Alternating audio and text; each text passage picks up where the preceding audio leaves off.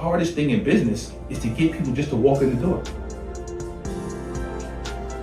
That's why you see all these deals out here. That's why you see these offers. That's why you see these different things, because the hardest thing in business is to get, yes, referrals will get you good, but guess what happens?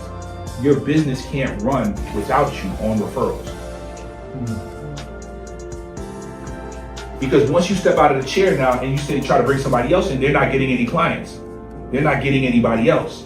And you're like, man, why? I tried to bring such and such in and, you know, my chair stayed packed, but his chair, and he's like, why you ain't getting me no clients? And you're like, why you ain't getting no clients?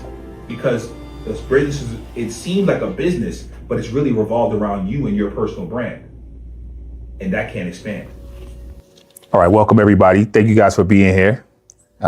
This is the first event, of course, as I continuously push together, and we'll see if, so thank you guys for all joining me for here. What we're talking about tonight is having clarity in your business. My name is Clive Morrison. I have Kennedy here who's been assisting me, right?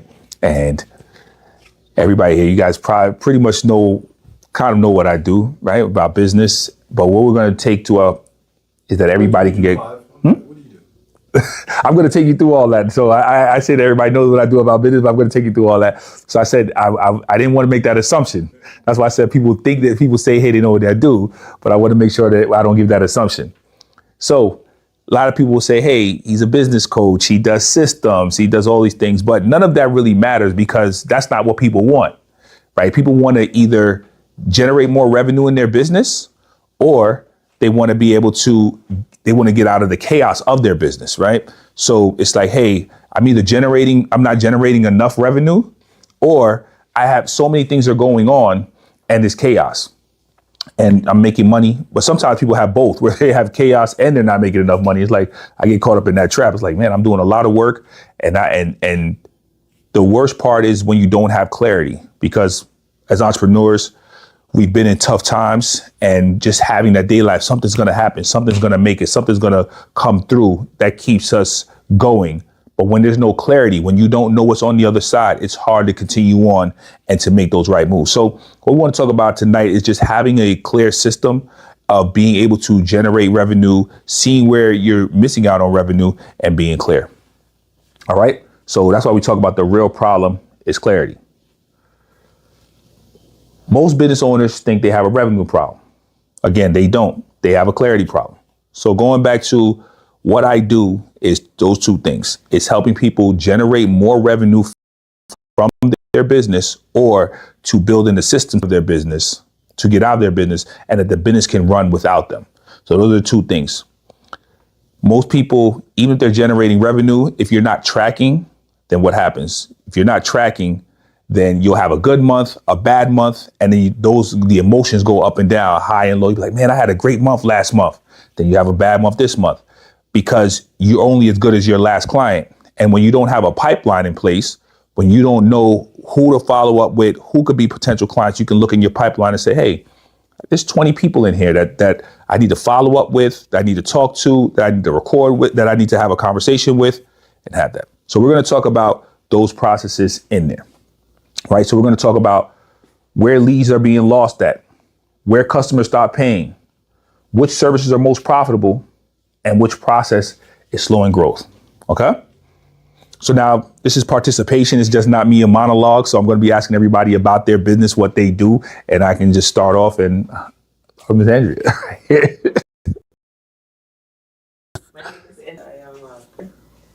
I've been doing it for quite a while. I did it for a couple of years and stepped out of it and came back, and I'm just starting up again. And I am using Clive to help me to jumpstart it. All right. I'm Cedric Muse. I'm the owner of the Men's Refinery.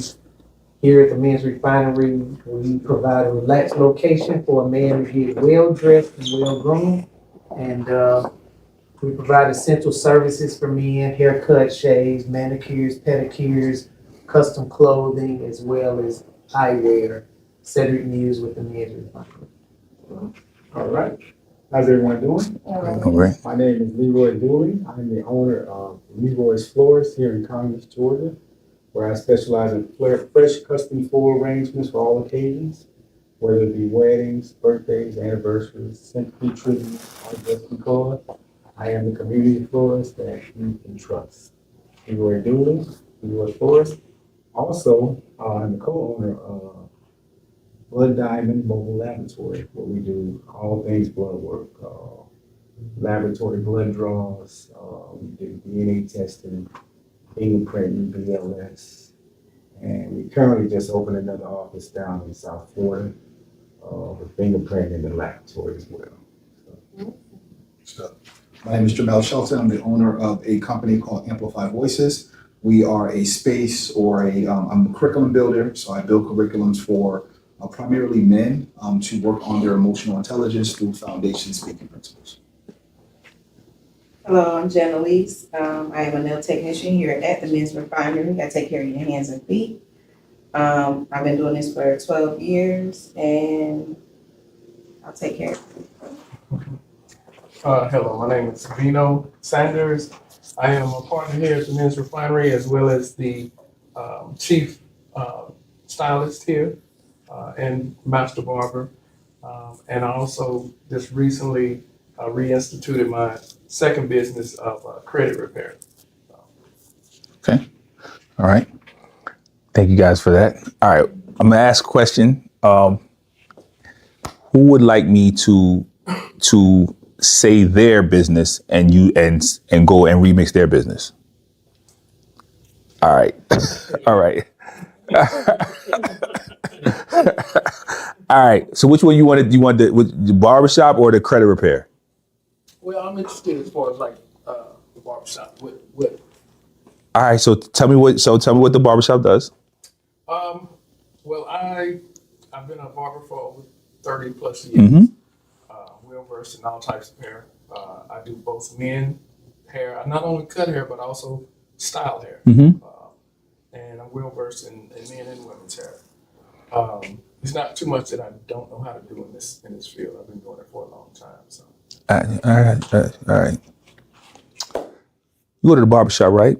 You're a style. You want your hair styled. You've been to a lot of barbershops and they just cut your hair. They have the posters on the wall. They tell you what style you want. See, when you come to me and Bino, what we do here is we pick your style. We take what you have. I can take your fresh idea that you have. If that's a mohawk, if that's a fade back, whatever it is that you think about. I've been doing this for over 30 years and I've seen every style there is. There isn't a style that you can come to that we can't do.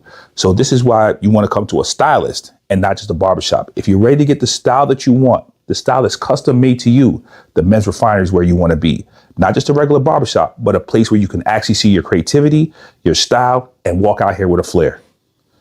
So just saying that.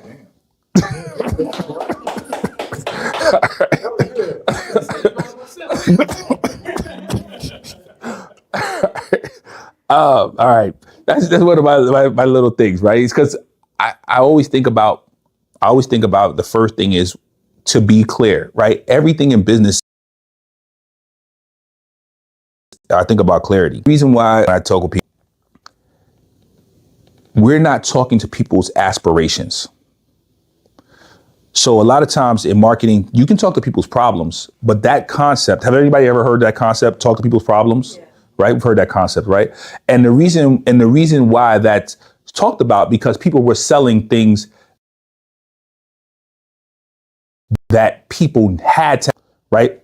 Ibuprofen, right? They had to have that. So they had to make a pit stop for it. But most of us are in businesses that people don't need, right? They don't wake up every day and be like, yo, I need to go to a barbershop and everything like that. So even those customers who have a pain point, right? You have people that don't get cuts, right? They just like, I'm wilding out. Then you have people who got cuts who, I'm in that class where I just be like, I'm just regular guy. You know what I'm saying? I just get a cut.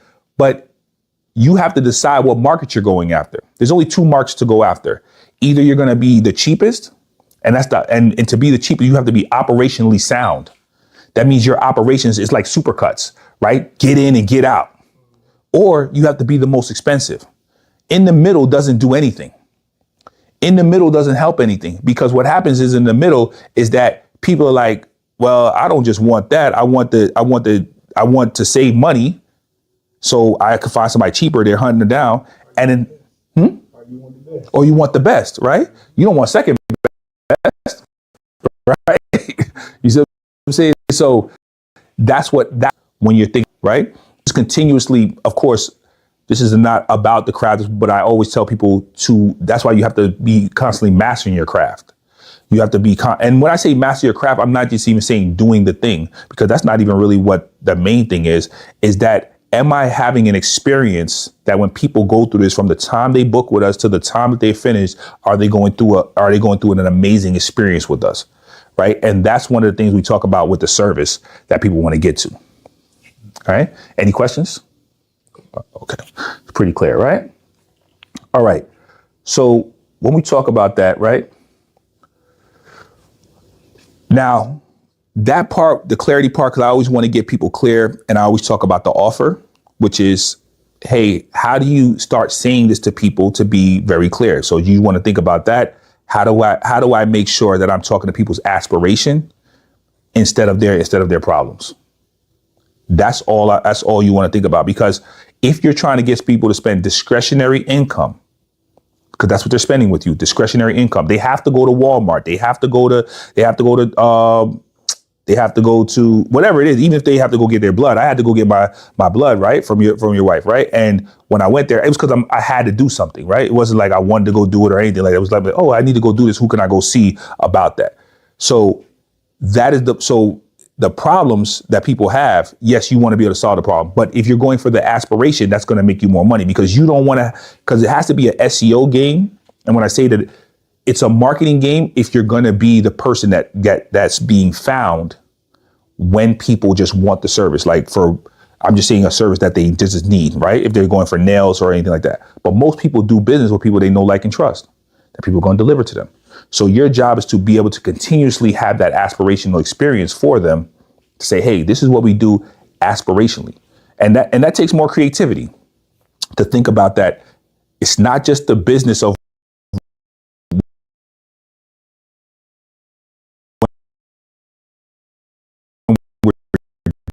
doing it, but how do I market to them? How do I explain to them? And I'll be like, yeah, I know. You see what I'm saying? So what you're looking for. All right. So, right, go through of people, right? Who wants to be my person that wants to take it? I'm going to take them through go through their customer journey on their business. Anybody can just tell me. All right, I got you. Right. All right. We're going to get back to both. We're going to get back to everybody. All right. So now I want to describe the client journey, where we talk about how to turn a stranger into a client, right? Want to turn a stranger into a client. And then from when you turn into a client, the next goal is to turn them into a raving fan who refers you, leaves you a review, and who refers you, leave you a review, and keep coming back. Those are the three things that you want. They've left me a review, they've referred me, and they've come back, right? So now, does anybody know the LTV of their business? Does anybody know what LTV means? Okay. So LTV means the lifetime value of a client. All right. So lifetime value of a client. Now in software, I want to give this disclaimer. In software, I'm going to say they started the term, but when you hear the word LTV, they have millions of dollars. So when you sign up for a free software and then they give you $1 trial, and then, so they know that they're not going to make their money back off most of their clients for 18 months, 24 months. They have money to do that. You know what I'm saying? We ain't got the money to do that, right? So when you're looking at LTV, what the formula I've come up with is for the annual value of a client. And so we say, how much money, if somebody stays with me for 1 year, how much money can I make off them, right? So first you have what we're looking at is total revenue, gross profit, right? So how much do I make after services are rendered? Question? Okay. So understand now, when you deliver your service, do you pay yourself as an employee, or you just take it as the business? Does anybody just think about themselves as an employee of the business? All right. So what that means is that when you deliver a service, because one day you don't want to be delivering the service. So you have to be thinking about the price. how much would it cost me to have somebody else do this service, and how much would come to the business? So a lot of times we think we're making money because we're like, yo, you know what? I'm doing the business. I'm making, $100 a client, $50 a client. But you're trapped because you can't get out of the day to day of it, because if somebody comes and replaces you, there's not enough being made on the margin side of them doing it and getting it. So that's what you want to look at. So now we're talking about, so what I'm going to do is take you through the process. I wanted to take you through the LTV because, and we're, like I said, we're using the number, the annual, because that'll let you know going around what you can spend on marketing, what you need to do, looking at conversion rates and talking about that. So the first question is that let's go through your process. How do most people find you? Networking, going to networking events. Going networking event referrals, right? Okay. And how much does your service cost? Let's say a pedicure, $45. $45, right? Okay. Now, do people come on a regular recurring basis, 2 weeks, a month? Was it monthly? Say every 2 weeks. Every 2 weeks, right? So that means they spend $90 a month, right? So $990, right? A year if they stay with you for a whole year, correct? Okay. So that means that every time a customer comes, they're worth $990 if you keep it for the whole year, right? That's what you're looking at right there. Now because now you start thinking about it's a different story when you start thinking about how much a customer is for the whole year, right?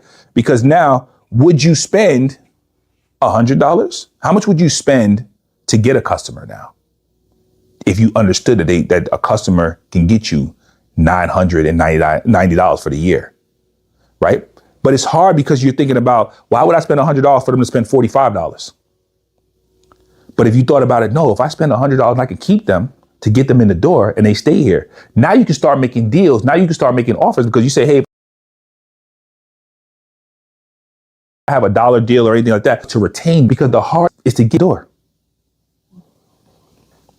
That's why you see all these deals out here. That's why you see these offers. That's why you see these different things, because the hardest thing in business is to get, yes, referrals will get you good, but guess what happens? Your business can't run without you on referrals. Because once you step out of the chair now and you say, try to bring somebody else in, they're not getting any clients. They're not getting anybody else.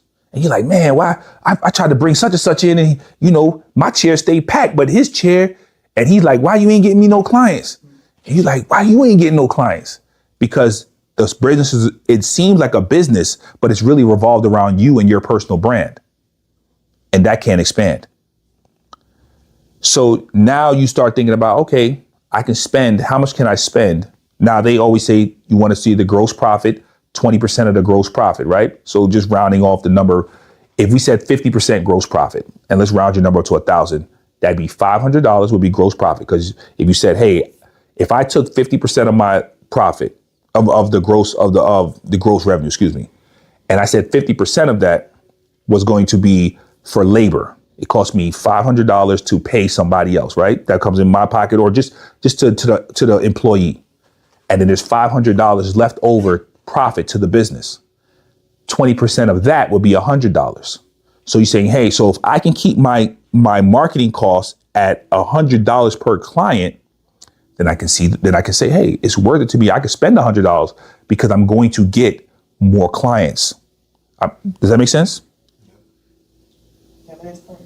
You see my face. Yeah. It's that you're spending. So you made you're going to make $1,000 off the person for a year. 500 of that is going to go to your employee, you who work for the business right now, but just any employee, right? $500 left over in profit. Out of that $500, you're taking 20% of it. This is to market. So that means you're making $400 profit to the business.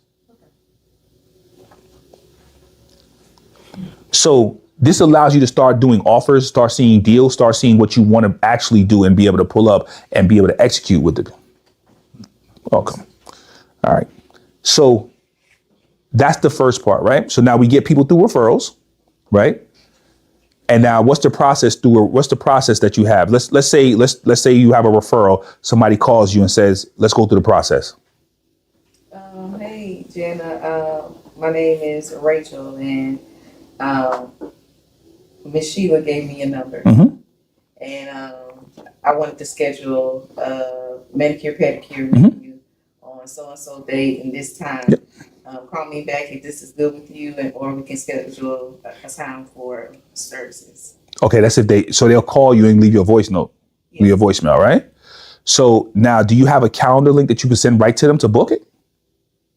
Link, yes. So you send them, so you have a link and you send them right to the link and say, hey, just book it right here, right?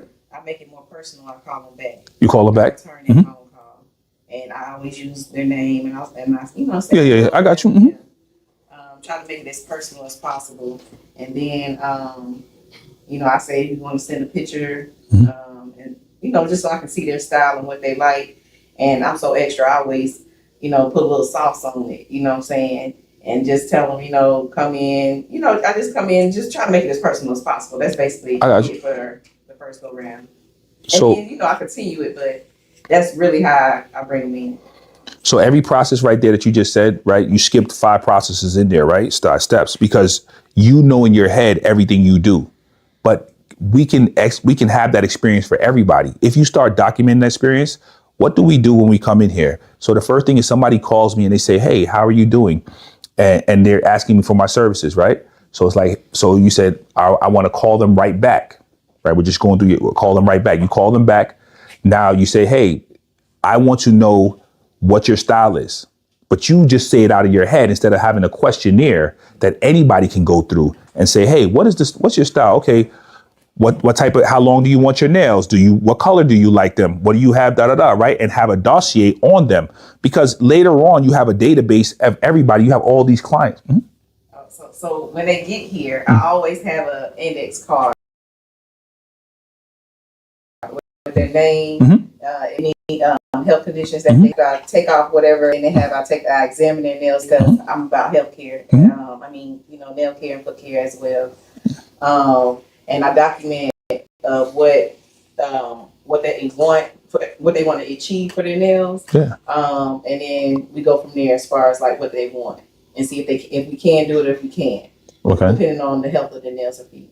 So your first thing is that, so there's things that they want to get for the health of their nails and feet, right? Yeah. Some clients be like, oh, we'll put this on my nails, and I tell them, hey, look, I appreciate it, whatever, but I can't service you like it, because I'm not about to put, if you got fungus on your nails, I'm not about to put more nails on your hands and you got fungus. You know what I'm saying? Yeah. I have to refer them to a physician or something. Okay. And do you let them know before they even get here about that? Well, when I'm on the phone with them, that's why I ask them those questions. Okay. Like, what is it that you want? What do you and they tell me, oh, my nails are chipped in or something like that. So, yeah. So how many times have people come in, you've had a consultation with them and they've come in and you still didn't get the information that you wanted? Like oh, I didn't get enough information. I always get that information. Before they even come, right? I have to, because that's my time. Yeah. You see what I'm saying? I had people come in and say they changed their mind. I can do what you asked me to do, but I don't have that time. Because I'm booked up. So no, you're doing the right process. The reason I was just asking that, I was just saying that I was just trying to get a number. But like you said, you have your process in your head. Only thing I'm saying to you is that, how do I get that process out of my head? Right? Just making sure that everything you're doing, you have to be saying, can somebody else do this? Can somebody else walk through this? Because how would somebody else be able to get the information they need out of this person? Right? If you said, hey, I'm going to bring in an apprentice, she's going to be here. How can they get the information they need? What is all of this? So there's a lot of things that we would look at. Also is just like, hey, what videos we could send before that? What kind of information can we say? Because I didn't even know you were talking about the foot and healthcare, right? You just said we do nails, but you just say, hey, we make sure people's feet are healthy. Their feet and their nails are healthy. Their feet and their hands are healthy. See, a lot of people just want to get nails. They want to look good and everything, but they don't even understand that their feet or nails are not healthy. So the first thing we check about is to make sure that your nails are healthy. When you come in here, we're going to make sure that you are clean and that everything you're doing is not just putting fungus on top of fungus. So that's another thing, that you have a service that you're not even offering, that you're not even talking about, that you're saying to people. And then when you do the referral to the fungus person, do you guys have a referral relationship? do we have a what now? A referral relationship. Yeah. Okay, so he sends clients to you and you send clients to him. Yeah. Okay, so you're doing the right thing right there. You see that? That's another place. So you have a referral relationship. Now the next part is that once they get their hands and feet done, what happens after that? We follow up and we schedule the next appointment. Right there and then. Yeah. Okay, so they schedule the next appointment, and what else do you ask them for? What else do I ask them for? Yeah. No review. And not all the time. No referral. No, I don't ask them for that review all the time. No, I don't. Right there is like, hey, we have a review. So how would the scene Can we get a review? That's how we get all our spiel is always, hey, that's how we get we're a local company. That's how we get all our customers. Also, do you know anybody else that wants that needs a service? It's 20% off for you and 20% off for them. Okay. Oh yeah, people know people. And you giving them a discount right there. They're like, yeah, you want to schedule our next service? Yeah, of course. Hey, do you know anybody else that wants their nails done? It's 20% off for you and 20% off for them. Oh, I didn't know that. Okay, yeah. Just looking at the gaps in the process where we can have it, right? Where we can look at, and just wanted to take you through a basic function of how that customer journey can look in there. All right, is anybody getting anything from this? Anybody? Yeah. All right. You got to be heavy on the review. Yes. So once that is, we haven't even. So the next part is, right, is that how often do you contact your customers? Probably like every 2 weeks. What do you contact them about? If they don't schedule at that last appointment, I ask them, hey, you coming up on your 2 weeks. Do you want to schedule another appointment? Sometimes I might hit them up and be like, hey, how you doing? Just call and check in on you. Because I try to make it as personal as possible. You know what I'm saying? So they feel more comfortable with coming in. Hey, yeah, we need to schedule for me and my husband to come in. So the other thing I would just add to that is a lot of people don't know what you do. What upsells, what upgrades, what anything else do you have? For like different pedicures, like hot stone, paraffin wax, different foot scrubs, stuff like that. And how many people know they need that? I tell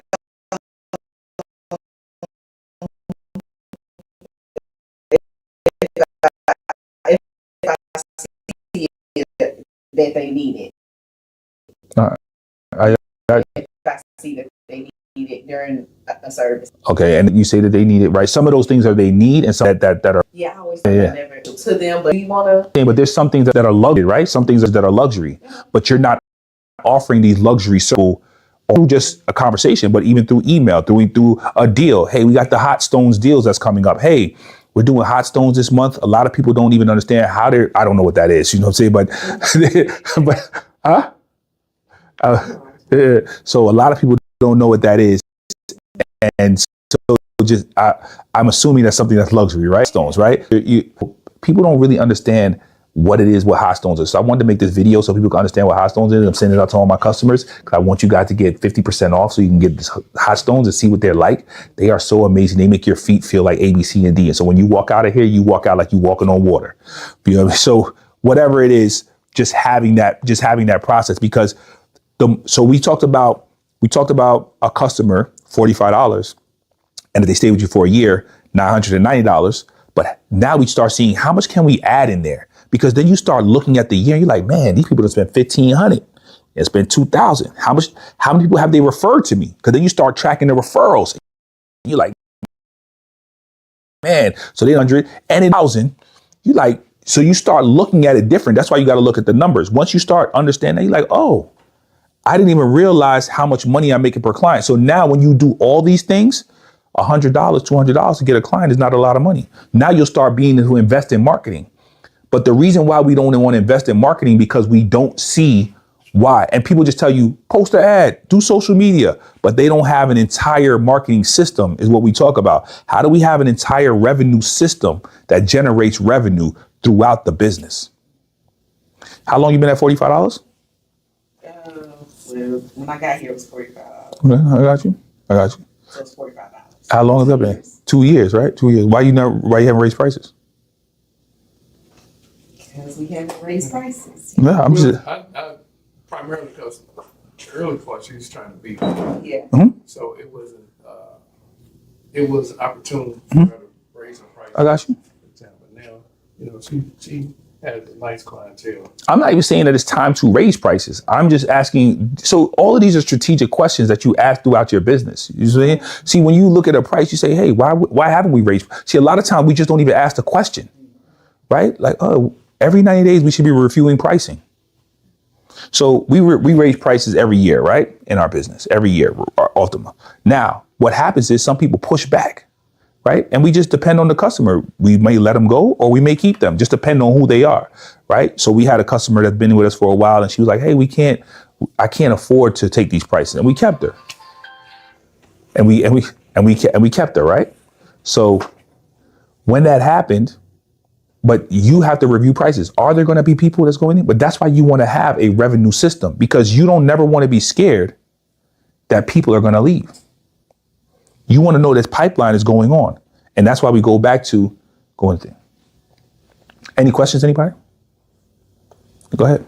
I wanted to ask you, do you have a service list that customers see whenever they come to, like, know if there's any other products and services that they can get on their Not actually posted, but it is online when we send them to the link of the men's refinery.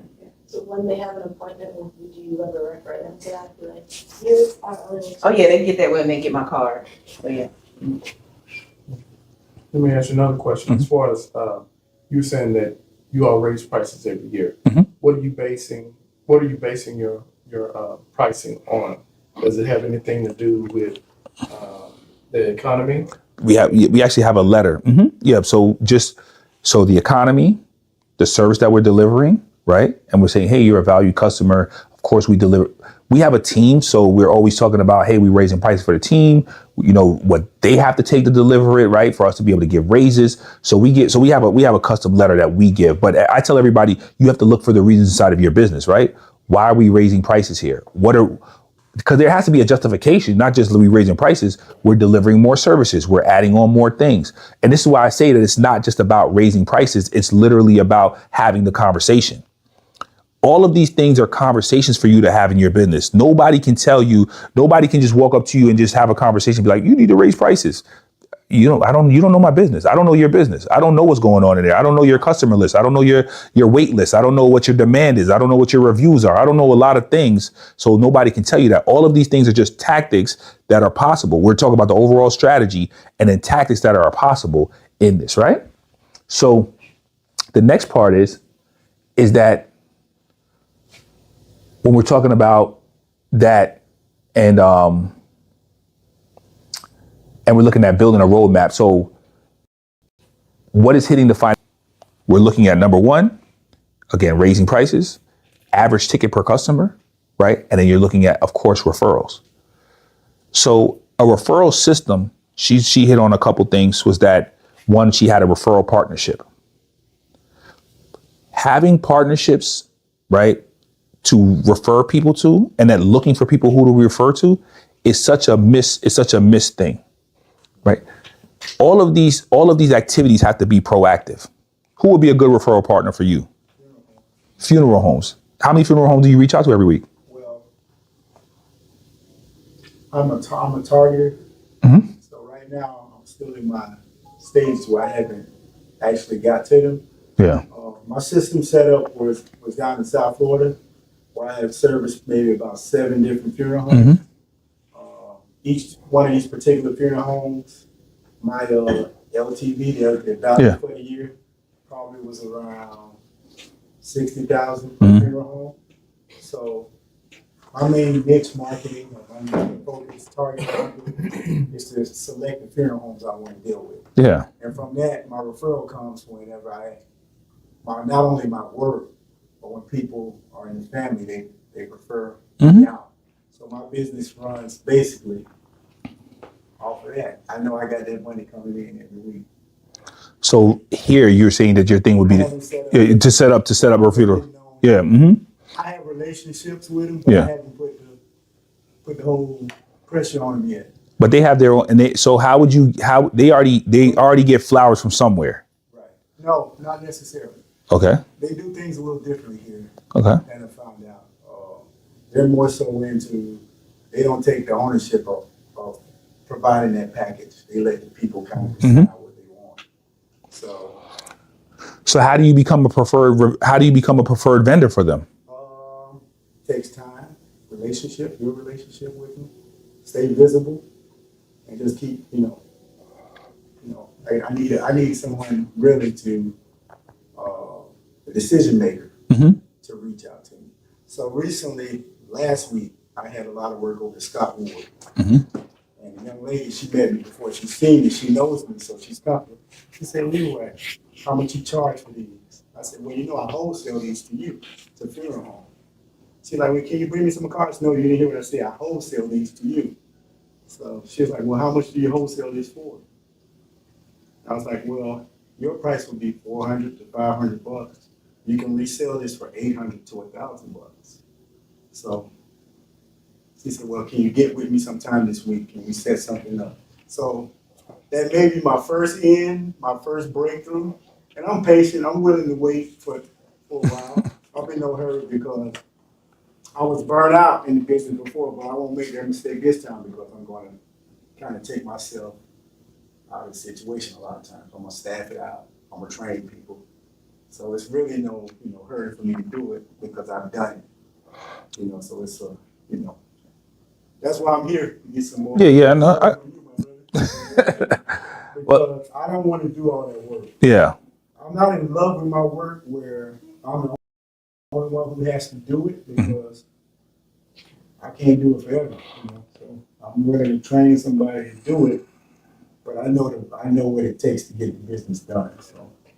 But a lot of times, the first thing you want to delegate is, and we're going to talk about that, is to be able to delegate to people the doing of the flowers, right? Your job is to build relationships.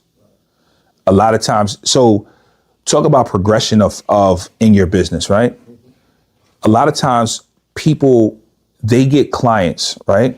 They get clients and then they automatically hire. I always say the next step after you get clients, after you hire, after you start getting clients, what's the next step? After you start making money in your business, what's the next thing you should do? Get help. No. The next thing you should do, The next thing you should do is raise prices. You continuously raise prices until you get, because you're bringing somebody in who's going to take a chunk off of you.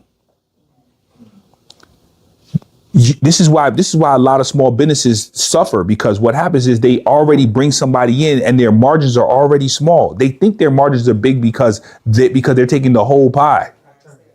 That's what I want to do. So a lot of people think that their margins, so they don't understand that you got small margins. You see what I'm saying? Like that's the problem. And now if you're not thinking about, if your margins are, if you're not raising, people are like, "No, I'm not paying," but back to a premium experience. This is why it's not good because if you're going to charge cheap, Walmart has to be operationally sound. Amazon has to be operationally sound. That's why they can be the cheapest, because they're the operations, there's no room for error. That's what happens. But we don't have that. So you're going to the other way where you're like, "Hey, I have to deliver an exquisite experience for people. How do I do that?" Now you want to combine both. You still want to be operationally sound, right? You still want to be able to say, how can I deliver the best experience for the smallest amount of money? Because that's where the margins really are at. But you have to continuously think about the experience. So why I'm saying that is that with you is that being able to see, how can I build these relationships? How can I get these relationships? And then bringing somebody and then having the right price and then bringing them in. But this is why offers are so important, because your job is just to get your foot in the door. Do I have to give them a discount? Do I have to give them a kickback? What do I have to do to get these relationships? What can I look up to see to get these relationships? Good. So what do I have to do to get these relationships, to sit these up and get these relationships? That's what we want to look at. All right. So right now, your biggest problem is which business do you want to ask about? Huh? In the flower business. So what's your biggest challenge you think right now? Me. All right. That's most of the time to answer. Well, all right. Let's see what the challenge is. Mhm. Well, as far as logistically and operational, I'm pretty sound. As far as my operational costs, they are pretty low. Mhm. I would say just implementing my plan, my strategy of how I'm going to attack and get new customers. I have different ways where people can order from me now. I'm on DoorDash. My Google profile is pretty good. So working is pretty good. I'm a member, with the chamber, with the Premium Network Business Group. So I got a good ground game going. Next step is my web page game, my website. That's a whole nother beast. So, just put my plan together. That's where I'm at. That's my biggest hurdle right now. Implementing the plan that I want to execute. And the plan that you want to execute, so the plan that you want to execute is to bring more customers in.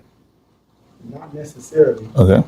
To find out what's going to be more profitable for my business here, whether it's to deal directly with funeral homes or deal more with people. All right. What are we not? Is it the numbers? What's all right. Numbers? I understand it's you, but I'm saying, but is it because you don't know the numbers? I know the numbers, but it's just me, just basically pushing forward. Oh, you're saying the execution. You're just not executing. Okay, all right. I mean, that's just hey, am I going to wake up and do it, man? You know what I'm saying? And I tell people all the time, this is my main thing. I always say, hey, it's not hard, but it is hard work. And that you already know the answer, right? You're like, hey, I have to go talk to 10 funeral homes a day, right? I have to keep following up with them every day, right? Because if you know that a funeral home is worth $60,000, right? Then I mean, But the level you have to service that funeral home, it's a lot of work. Bro. Nah, it's not. It's the cost of doing business. That's what the on the other side of hard work is the money. I mean, that's the whole point, right? Because if you get those people, then now you have another problem. You're generating revenue, and now we start talking about how do we get out of the day-to-day. That now because you can afford to hire somebody to help you get out of the day-to-day. That's the number one thing that you want to do. It's like we're trying to solve problems that we don't have yet. The number one problem is that I'm not generating enough revenue. All right, now I'm generating revenue, man. This is killing me. It's crazy. I can't do all this work. I need to hire somebody. But guess what? People get stuck because they don't have enough revenue. So I'm gonna talk about this financial system that we have. But what happens is that you don't have enough revenue, and when you're not generating enough revenue, when you're stuck, when you go hire somebody, you don't have profit margins. Now I can't even hire help. I can't get help. Or there's also increase in living. There's a lot of things that happens when you start making more money, right? And you're not thinking about the business, you're thinking about yourself, right? How many people are on a salary? Yeah. How many people here are on a salary from their business? All right. So that's the thing. Even when you're just starting, it's like, how can I put myself on a salary? So even if you're not on a salary, you should be on a salary. Right? What does that mean? You might not even be able to pay yourself, right? You might be like, man, I can't even pay myself. Huh? So as an independent contractor, how would that work? Yeah, you look into yourself to pay yourself. So you pay every client that No, the business gets paid every client that you get. You don't get paid every client you get. Okay. The business gets paid every client you get. You see, that's where you got to start. So where do I want my paycheck at? I want to be able to paycheck at $2,000. You starting at $2,000, $5,000, right? You want to get to that paycheck, right? Now you have to say, hey, I'm short this week. How many clients do I need to service to get to that paycheck? Not I made 5,000 in revenue. I was able to pay myself 5,000 from my business. So if I said, hey, we're going to pay 50%, what would it take me to pay another barber, another foot technician, right? If I said I'm going to give them 50%, right? It's 50% out of whatever we get. We're bringing in customers. They get these heads, 50%, right? So, and I'm just making a number. It could be 70%, it could be 50%, 30%. You have to think of the number that you're going to pay to the person. Then you're saying to yourself, okay, so that's what I'm getting. So I'm just using 50%. So if I know that if I'm saying, hey, I want to make $1,000 a week, right? And you're saying I get $500 and every client is $50, right? So that means 10 clients will be 500, 10 clients will be 500, 20 clients will be 1,000, right? So we need 40 clients to make 2,000. Then we pay ourselves 1,000, right? That's where you're just like, oh, I need 40 clients a week to pay myself $1,000. The business made 2,000, but you gonna get 1,000. That's the salary. So you're looking to see how much, because then once you start generating that money, you can start seeing, okay, now I can get to the point where I can hire somebody.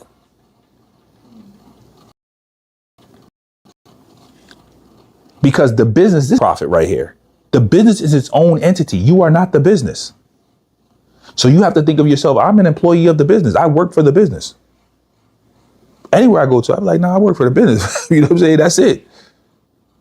So you have to pick a salary because that'll allow you to start seeing when can I hire somebody to take over? Because you may say, hey, I need the business to pay me $1,000, right? So because you're getting all this profit. So you're looking at, hey, can I get 20%? If I'm getting 20% profit from the business, you may have to bring somebody in and keep getting clients to keep you getting. Hey, I have to bring in 5 barbers before I can even get out of the day to day. How much do I, now you can start having another conversation is how much do I need profit wise? Because we have 2 things now. We have what we're paying the employee, the gross, then we have the gross profit of the business. So let's say it's $1,000.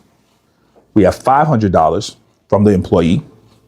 From that $500 from the employee, then we have to say, what are the other expenses that come from that? So we look at the fixed expenses, right? So we say the fixed expenses are literally, the fixed expenses are office, right? Rent, whatever it is. I'm saying anything that has to do with the business, phones, whatever that is, right? Software, anything like that. So that's what you want to be able to do, where you want to be able to say that I'm looking at that. Now, I want to say, hey, how can we, now most businesses are good at 20% profit. So it's like you say, hey, I have 30% because you have to do marketing, you have to, your office, all those things, right? That you're looking at, that you're trying to get. So that's what you want to be able to do, to be able to look at, hey, how do I make sure I'm profiting correctly? Does that make sense? Okay. So yeah, so a lot of people get stuck in that. Now, we use a 5 banking system. I use Relay, and a lot of times, how many people have multiple bank accounts here in their business? All right. And does anybody, so you have a banking system? Do you have a banking? Yes, multiple accounts. Just multiple accounts, right? Just multiple accounts. All right. Okay. So we use a 5-year banking system, right? So the first system is our revenue account. And the revenue account, what that does is that's where all your money comes in, right? And I always use this analogy. Who's a cook here? Who's a chef? Who's a cook? Anybody cook? I mean, I cook, but I ain't about to be slaving on no stuff. I got you. Just cook. I got you. You gotta be just you cook. You cook. All right. I'm using you as the cook then. All right. Right. You ever cook for 10 people? All right. And do you let them come to the stove and feed themselves, or you guys share it out, or what? Put it in trays. Put it. Either do self-serve or serve for them. You serve for them, right? Why you don't just let everybody just bum rush the food? Everybody Huh? ain't sanitary and ain't doing stuff right. Everybody gonna get too much because you got to portion everything out. I use the same analogy in the banking system, right? So when people have one account, they just have this revenue account, and then these software hit you, this account hit you, all these things just hit you, right? You be like, yo, that money was, you don't got nothing to divvy up, right? Because everybody just dipping in, they come to get theirs. They ain't worried about nobody else, right? Telephone man ain't worried about the power man, the office man, the rent man. Nobody ain't worried about nobody else. So they just dipping their hands in your account. So you have your revenue account, right? So then you have your expense account where you pay out all your expenses. You're like, hey, this is where I pay out my expenses. So everybody can put their hands in there and pay out their expenses, right? That's the count number 2. Count number 3 is your payroll account, right? This is where you pay yourself from it. You pay your employees, everything. You make sure that you have your payroll account, right? Account number 4 is your taxes account. This is where you want to put aside money for your taxes. Now, you don't know what your taxes is going to be, right? So you can make, you're putting away your taxes, we say 15%, but that ends up being a savings account also if you don't have to pay the taxes, right? So a lot of people be like, hey, I'm not paying taxes, but you want to get to the point where you're making enough revenue where you're paying taxes, because that's where you're actually seeing the benefit from, right? Because it comes in a lot of other things where your business is paying taxes. The last thing is to have your savings account, right? Where this is money this is the profit account. Not even savings, it's profit. This is the money that we have an extra profit account. Oh, that's number 5. That's number 5, yes. Number 5 is the profit account. So we have the revenue account where all money comes into. So all money you make from the business comes to the account. Then what you do is that you start, so every 2 weeks you start dividing the money. You say, hey, I'm going to put this much into the revenue account. I'm going to put this into the payroll account. Depends on when you run payroll and things like that, but you're just having it. So you want to get your revenue account. You want to try to get it to 3 months of operating expenses. All right. That means you have 3 months that every month you're only taking out 1 month of operating expense to operate the business. Then you start having it. Okay, I have 3 months of that. I'm able to understand that. Then you want to get your taxes account. This is an arbitrary number. I always say having 5,000 at least in your taxes account, just in case. But again, if you're not paying taxes, if you don't end up paying taxes, if you have an accountant and you're able to write things off and everything like that, able to say, hey, actually put into my profit account at the end of the year, right? And then once you have that, you're looking at the profit and you're putting everything else in the savings account. Then you have a profit account, and that account is for when you want to make a major move. You need to get an expansion. You need to get these things done. That's what happens when you get there. Any questions? All right. So we talked about how through the entire system, we talked about the banking system. We talked about turning we said strangers into clients, but we talked about referrals. We're actually going to talk about strangers. So we talked about referrals, people that know you, people that like you, getting those things, right? Now, he talked about funeral directors. We talked about LTV also, right? So all these concepts you guys understand now, right? The next concept I want to talk about is the stranger part of it. So how many people here use social media?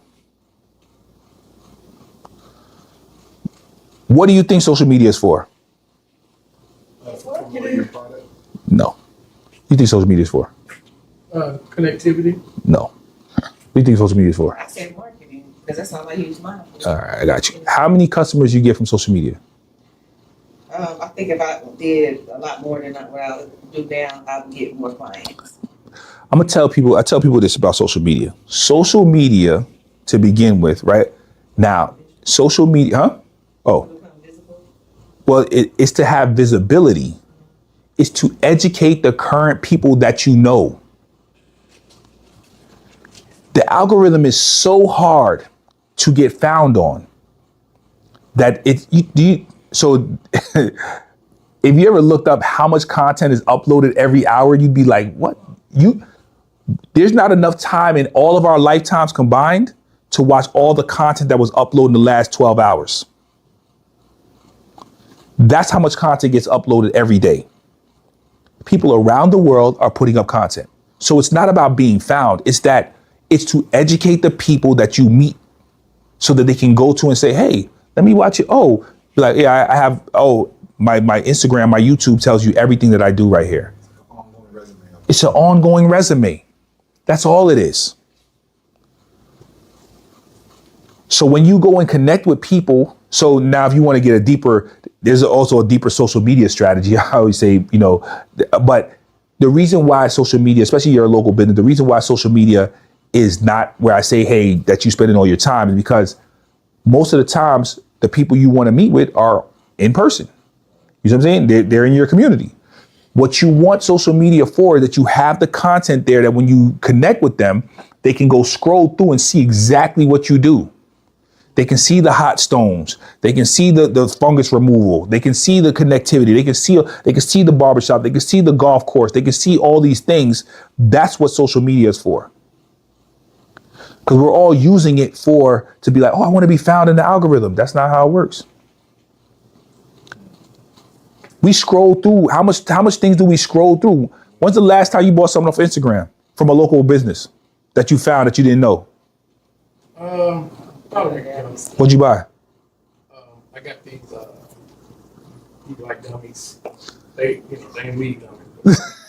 They're like, Disclaimer out. yeah, they like mushroom, they'll for your. I got you. Who were they? How'd you find out about them? I'm just scrolling through. Just scrolling. And read about what all the benefits, health benefits. I got you. They are and everything, and I ordered it. And they live here in Conyers?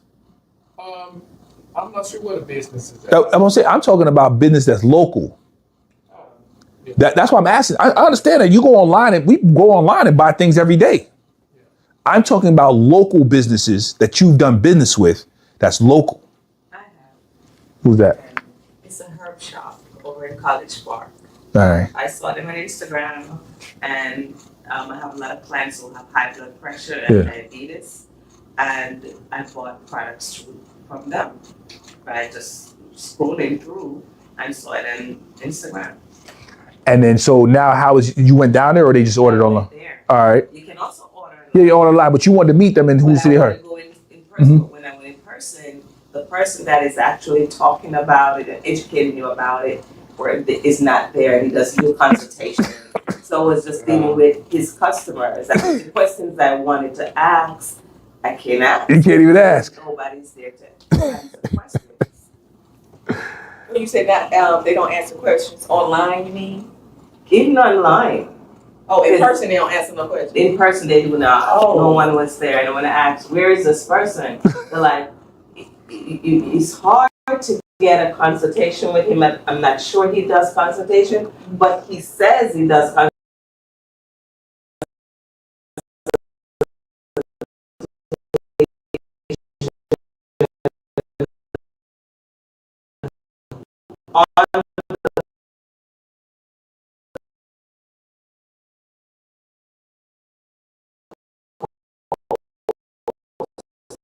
That he posted on Instagram. And I was looking for them. So keep shopping there? Because the product is why I'm going, because of my country. Familiar with the benefit of why I'm going back. Okay. So anomalies, but that's what you had there, right? Yeah. And again, most time that people are going to is to have content, is to scroll, but it's hard you. A lot of the service that you guys do are, even she wanted to have somebody that she could talk to and trust and be able to know. But that's the benefit of having it where people be able to know, meet them. You're like, let's connect. Here goes my YouTube, whatever those channels. So that, I just want to say that's what the most social media is for. Of course, you can be found on social media. Things can happen. You can have a celebrity. You can get famous. You can, he probably has he's already has a lot of followers and stuff like that, right?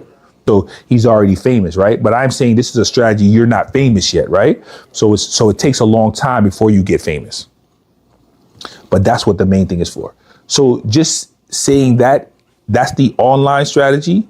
And then the offline strategy is to continuously to repeat to people, is to be able to just continue to go after your target market, having events, talking to people. When you host the event, right, you're the expert. You see what I'm saying? I always tell people, there's a lot of things that people say, that there's videos about business growth, right? There's videos about flowering. There's videos about barbershop, golfing. There's videos about being, delivering babies. How does it call? What we call it again? Postpartum. I got you. And then all of this is that when people always want to know the person behind it. It's so much AI and everything like that. We want to know the people behind it. So when you start hosting these events, and again, this is not just for the people in the room. You want to be embedded in people's mind. When they be like, oh, you need to talk to Clive. That's who you need to talk to. Oh, you want to get your hair cut? You need to talk to Bino. You want to have a good time? You want postpartum? That's what you're really trying to do. Because none of our services are things that people wake up needing. But what we want to do is, and I always say this for the cleaning company, I said, listen, you don't need cleaning every day. But when you think about cleaning, you need to think about Sonia's Clean Suite. That's our whole thing. You know what I'm saying? Huh? Top of mind awareness. Because you just don't want them, you just want to be the exclusive person they think about when they think about it. Because other people in their lives are asking these things. And they also build trust with you when they can be able to connect with you personally. Any questions? Yes, sir. Now, I've heard in other, like marketing meetings where they were talking about online presence, and they were saying how important it is to, if you have, let's say if you have a Instagram page that's geared towards your business, that it's important that you share your personal, personal aspects of your life, not your whole life, but just personal aspects of your life, so that people will feel some type of connection or whatever. Would you advise that, or would you just keep it strictly your business, whatever you're doing in your business? The guy you went to, what does you know about his business? Had his personal life on there? No. Nothing on there, right? I just use that example. Anybody buy anything because they see people's personal lives. Can you think of anything? Well, it's not so much your personal life, but just like a story like about you? like what we offer here.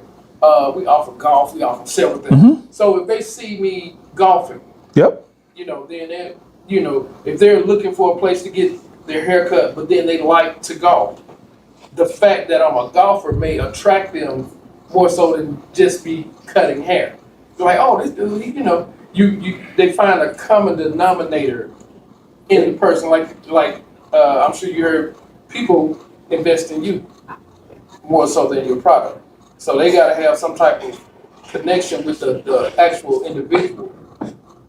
What are you gonna ask? Were you gonna say something? Well, to kind of piggyback what he's saying, I think it's more based on what type of business you're in.